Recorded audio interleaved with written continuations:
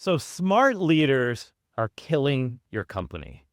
Let me tell you about Douglas Fitzgerald. We call him Fitz. Smart guy, worked at the top airline who was recruited to turn around an airline.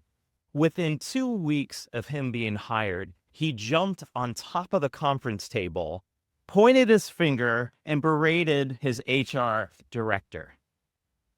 As a result, results went up.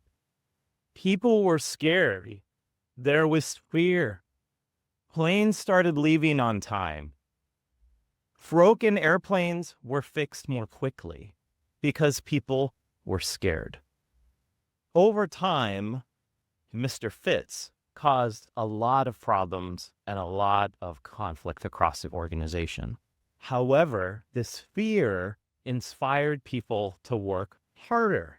So they came to work early. They collaborated. Communication started to go up, not because they were inspired, but because they were scared. So Fitz started working with his senior leadership team, and over time, meetings got quieter.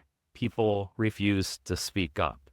And eventually, people stopped pushing back and just saying yes. And I see lots of head nods, and you've dealt with this before. This continued to crack. Talent started leaving. It eroded the culture.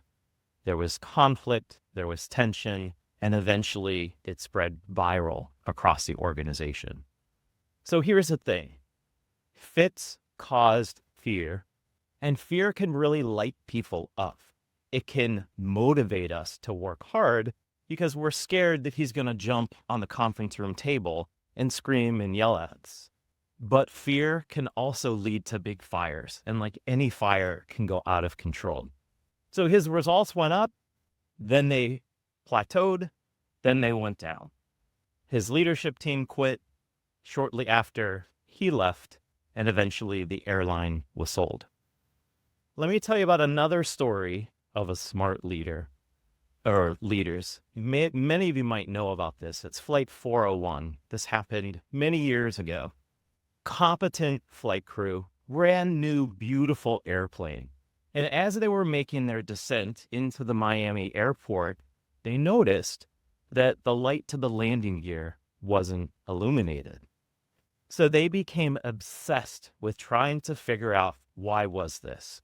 Was the landing gear down? Was it a burnout light bulb? They stopped flying the plane and they started troubleshooting. They became blinded by this 20-cent light bulb. They thought the autopilot was on, but actually it had gotten disengaged, so no one was flying the plane. 20-cent light bulb. So they continued to not realize that they were slowly descending into the Florida Everglades, and unfortunately, many people perished on that Eastern airline flight. And as they found the black box, the last words from the cockpit, what's happening here?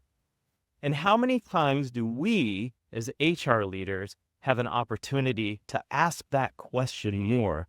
What's happening here? So unfortunately, this is what I call smart leaders. They have the experience, but they don't know how to work under pressure. So the opposite of smart is what I like to call legendary. Legendary leaders ask questions, they build camaraderie, and they know how to deal with stress, pressure, and tension. We all have tension, we all have stress, it all can cause us to crack. But legendary leaders step it up and they find ways to discover their blind spots, they find ways to work with other people in times of stress, and they don't silence people. They invite them to speak up, to ask questions, to challenge them, and to push back.